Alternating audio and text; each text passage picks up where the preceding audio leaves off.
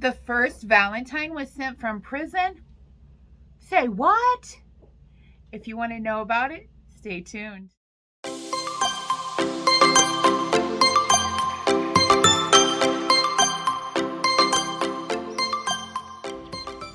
Hello everybody, welcome to my channel. My name is Katrina and this is Mid-Century Cat. You can find me on eBay and Etsy and Instagram, all under Mid-Century Cat, and my website is midcenturycat.com. Thank you so much for joining today. We're going to be looking at vintage postcards again, but specifically Valentine's. Let's have a little love. So before we get into talking about Valentine's cards, I want to tell you just a little bit about the history of Valentine's Day. And you may know all this and it may be just moot information. And if that's the case, you can skip forward to the cards part. But Valentine's Day can be dated all the way back to ancient Rome. In ancient Roman times, February 15th was the fertility festival known as Lupercalia, and it was honoring Faunus, who was the Roman god of agriculture, and Romulus and Remus, who were the founders of Rome. Some of the things that happened during that time is that priests would go to a secret cave and they would sacrifice a goat and a dog, and they would take hides from, or strips from the hide of the goat, and they would go around smacking. They would dip it in the blood first of all. So this sounds lovely, just lovely. So they would dip the strips of hide in the blood from the sacrifice. Then they would go around and they would smack women with this strip of hide. That's love for you right there. So they would do this, and the women actually received it because they thought that it would make them fertile in the upcoming year. So that is some of where it, dates back to. Catholic Church traditions have actually 3 different saints named Valentine or something similar that were martyred, and there are different stories about who it traces back to and that sort of thing.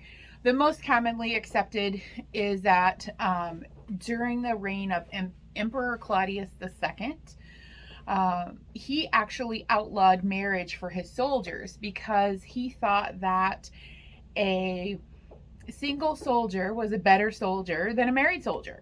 And so he would not allow his soldiers to get married. So during this time, there was a priest named Valentine who would secretly marry the soldiers and their lovers anyway, and he ended up being put to death by Claudius. There are some other stories that say that perhaps there was a priest Valentine, who helped Christians escape from Roman prisons. Also, that possibly there was a priest named Valentine who was in prison himself, and he fell in love with the jailer's daughter and supposedly left her a letter and signed it from your Valentine. So there are several stories about how Valentine's Day came to be. At the end of the 5th century, there was a pope that made February 14th officially Saint Valentine's Day. And that is where we trace back our Valentine's Day today. In the Middle Ages is when it really gained in popularity. People would make handmade cards. They would make little tokens or gifts. They would give flowers as gifts, little notes. And that's kind of when it really gained popularity, was in the Middle Ages. Geoffrey Chaucer wrote a poem in 1375 called Parliament of Fowls. And it was in this poem that he said that on St. Valentine's Day is when every fowl or bird comes to choose his mate. So some think that the idea of love on Valentine's can go back to this as well. The oldest known Valentine actually was a greeting written in 1415 from the Duke of Orleans to his wife when he was in prison.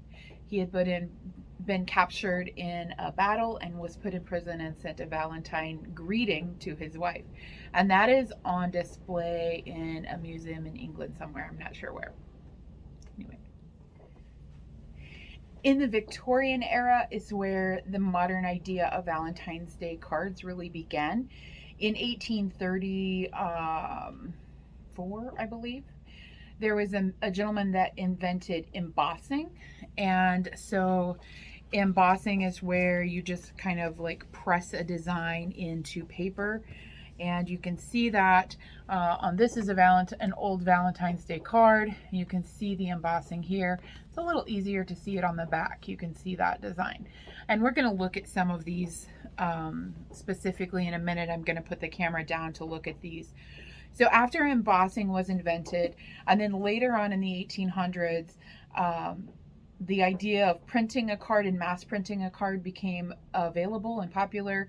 And that's really when Valentine's greetings took off.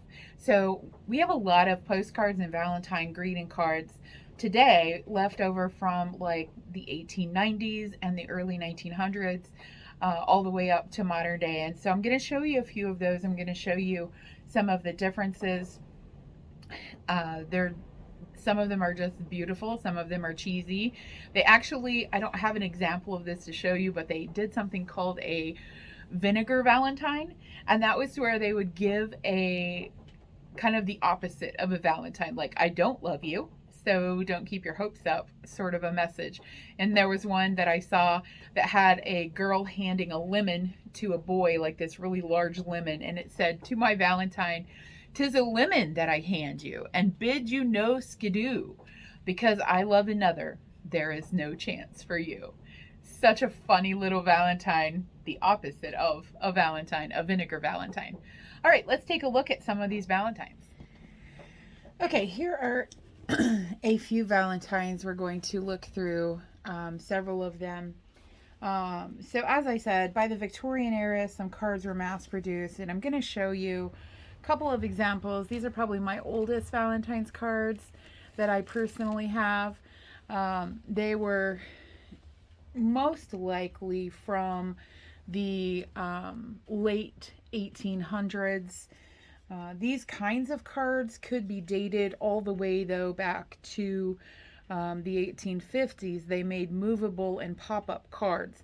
And you can see with this card, it's this cute little boy playing a lute or a lyre. I'm not sure what that is. "To my love," it says, has some roses on it.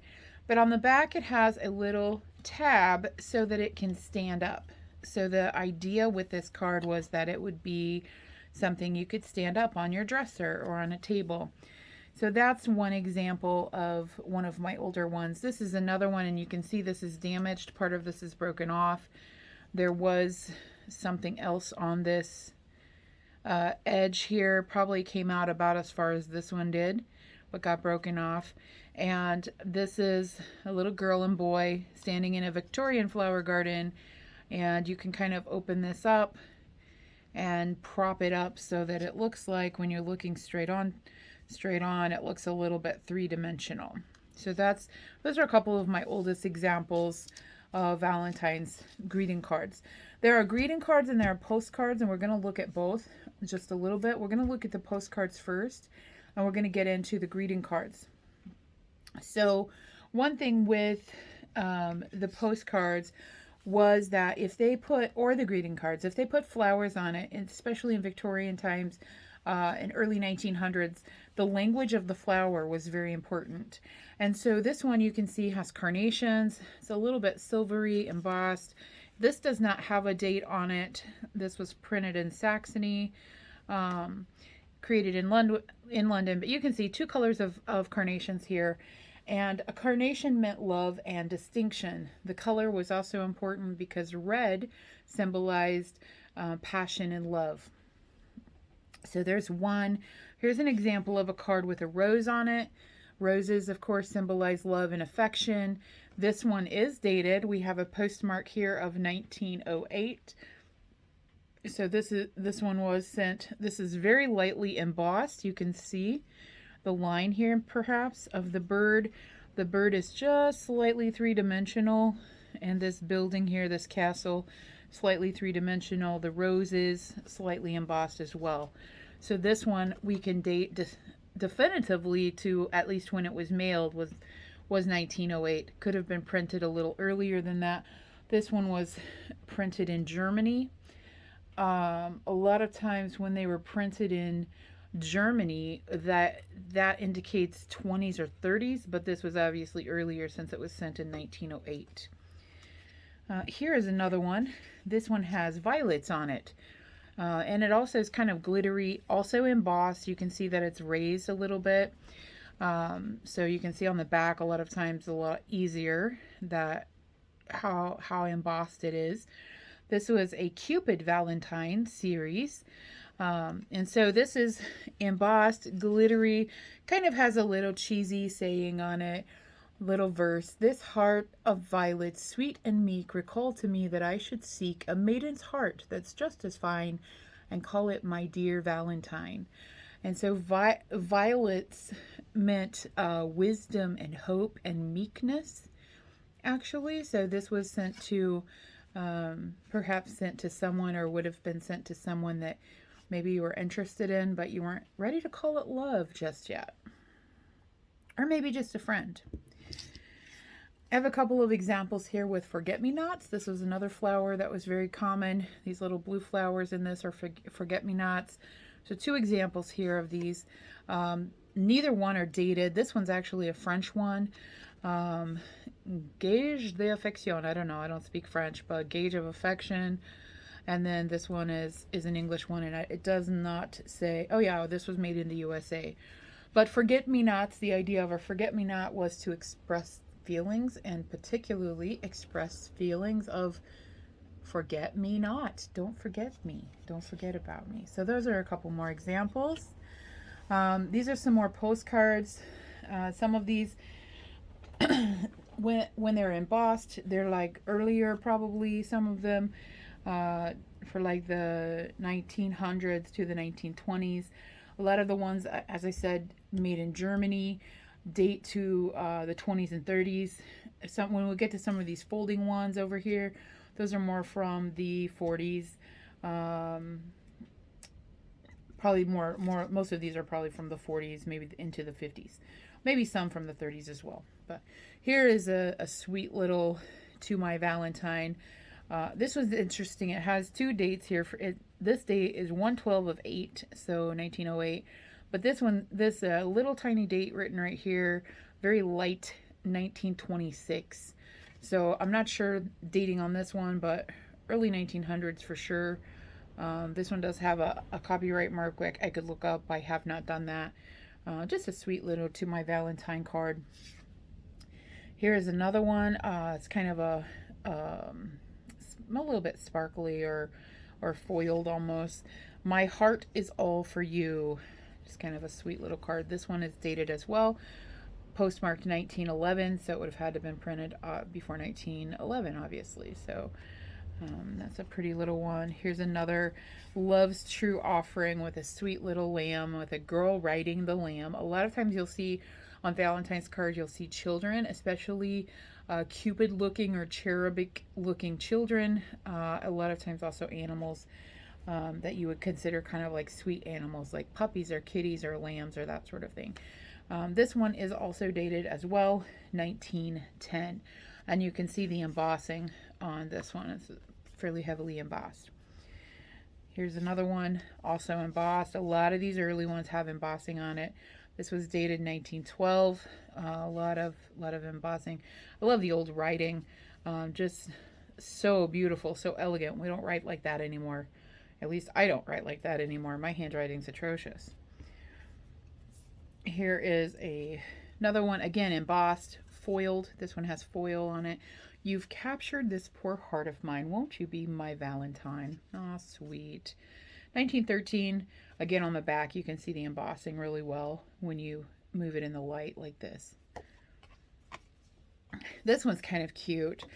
This one did not have a date, but I believe this is probably the same era, probably like 19 teens, based on the paper quality and some of this on the back.